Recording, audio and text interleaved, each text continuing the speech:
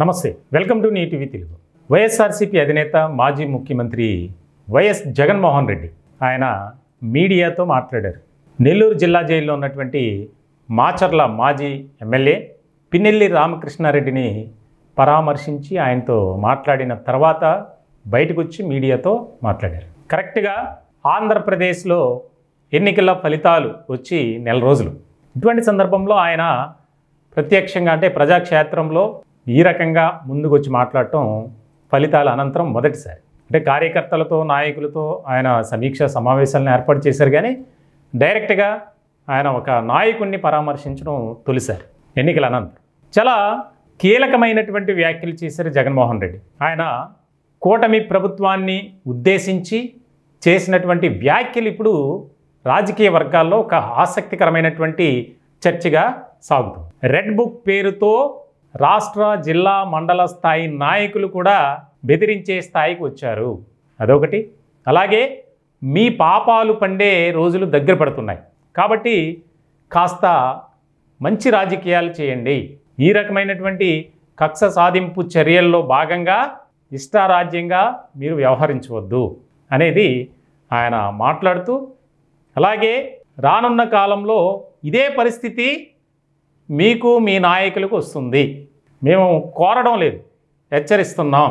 చంద్రబాబు నాయుడు గారు గుర్తుపెట్టుకోండి, మీ నాయకుల్ని కంట్రోల్లో పెట్టుకోండి.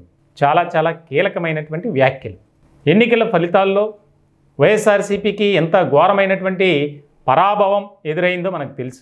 151 స్థానాల నుంచి 11 స్థానాలకు పడిపోయినటువంటి పరిస్థితి. ఇలాంటి నేపథ్యంలో ఆయన చేసినటువంటి వ్యాఖ్యలు సర్వత్రా ఆసక్తికరంగా మారాయి.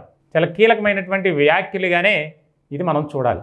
ఎందుకనంటే తాజాగా జరుగుతున్నటువంటి పరిణామాలు కావచ్చు, అలాగే వైఎస్ఆర్సీపీ నాయకులపై కేసులు, వైఎస్ రాజశేఖర రెడ్డి విగ్రహాలను ధ్వంసం చేయటం, అలాగే రాష్ట్ర వ్యాప్తంగా ఉన్నటువంటి పార్టీ కార్యాలయాలు వాటిని కూడా కూల్చివేయటం, దానికి సంబంధించి హైకోర్టులో పిటిషన్ వేశారు. హైకోర్టు కూడా బ్రేక్ వేసింది. అంటే వైఎస్ఆర్సీపీ వారి భవనాలకు సంబంధించి పూర్తి స్థాయిలో రికార్డ్స్ చూపించే వరకు వాటిని ఏమీ చేయొద్దని. సో ఇలాంటి సందర్భంలో తాజాగా జరుగుతున్నటువంటి పరిణామాలు, పరిస్థితులను ఆధారంగా చేసుకుని ఆయన చేసినటువంటి వ్యాఖ్యలు అయితే చాలా కీలకంగా మారాయనే చెప్పాలి. కోరడం లేదు, హెచ్చరిస్తున్నాం, గుర్తుపెట్టుకోండి, రాజకీయాలు చేయండి, కానీ హింసాత్మకమైనటువంటి రాజకీయాలు మాత్రం చేయొద్దు, రాష్ట్రంలో భయంకరమైనటువంటి పరిస్థితులకు దారి తీయొద్దు, ఈరోజు మీది రేపు ఎలా ఉంటుందో తెలియదు అని ఆయన ఈ స్థాయిలో అగ్రెసివ్గా మాట్లాడటం అనేది ఇదే మొదటిసారి ఎన్నికల ఫలితాల అనంతరం. సో మొత్తానికి వైఎస్ఆర్సీపీలో కూడా ఒక రకమైనటువంటి ఇప్పుడు వరకు తమ అధినేత ఆయన సొంత పనులు చేసుకున్నారు, లేకపోతే పులివెందులు వెళ్ళారు, బెంగళూరు వెళ్ళారు, నాయకులను మాత్రం కోఆర్డినేట్ చేయటంలో, మాట్లాడటంలో ఆయన విఫలమయ్యారు అనేది పార్టీ వర్గాల్లో వినిపిస్తున్నటువంటి సందర్భంలో ఆయన బయటకు వచ్చి ఈ రకమైనటువంటి వ్యాఖ్యలు చేయటం అనేది చాలా ప్రాధాన్యత సంతరించుకున్నాయనే చెప్పాలి. ఇంకొక ముఖ్యమైనటువంటి అంశం ఏంటంటే రాష్ట్ర వ్యాప్తంగా జగన్మోహన్ రెడ్డి ఒక పర్యటనకు కూడా రంగం సిద్ధమవుతుందట. దానికి సంబంధించి ఎలా, ఎవరెవరితో మాట్లాడాలి, ఎక్కడ పర్యటించాలి ఏంటనే దాని మీద ఇంకా క్లారిటీ రాలేదు. కానీ పార్టీ వర్గాల ద్వారా తెలుస్తున్నటువంటి అంశం ఏంటంటే రాష్ట్ర వ్యాప్తంగా ఇప్పుడు కొంతమంది కేసులతో జైల్లో ఉన్నారు, కొంతమందిపై విచారణ జరుగుతుంది. ఈ రకమైనటువంటి ఎవరైతే ఇబ్బందులకు గురవుతున్నారో వారిని స్వయంగా పరామర్శించడం, వారిని వాదార్చడం అనేది వాదార్పు యాత్ర అన్నట్లు ప్లాన్ చేస్తున్నారు అనేది కూడా బాగా వినిపిస్తుంది. ఏదేమైనప్పటికీ రాష్ట్ర రాజకీయాల్లో వైఎస్ఆర్సీపీ ఎలాంటి మళ్ళీ పూర్వపు వైభవాన్ని తెచ్చుకుంటుంది, పార్టీలో ఉన్నటువంటి క్యాడర్ని కాపాడుకోవాలి. ఫస్ట్ వారిని కాపాడుకుంటూ రాష్ట్రంలో ప్రతిపక్ష హోదాలో పనిచేయాలి.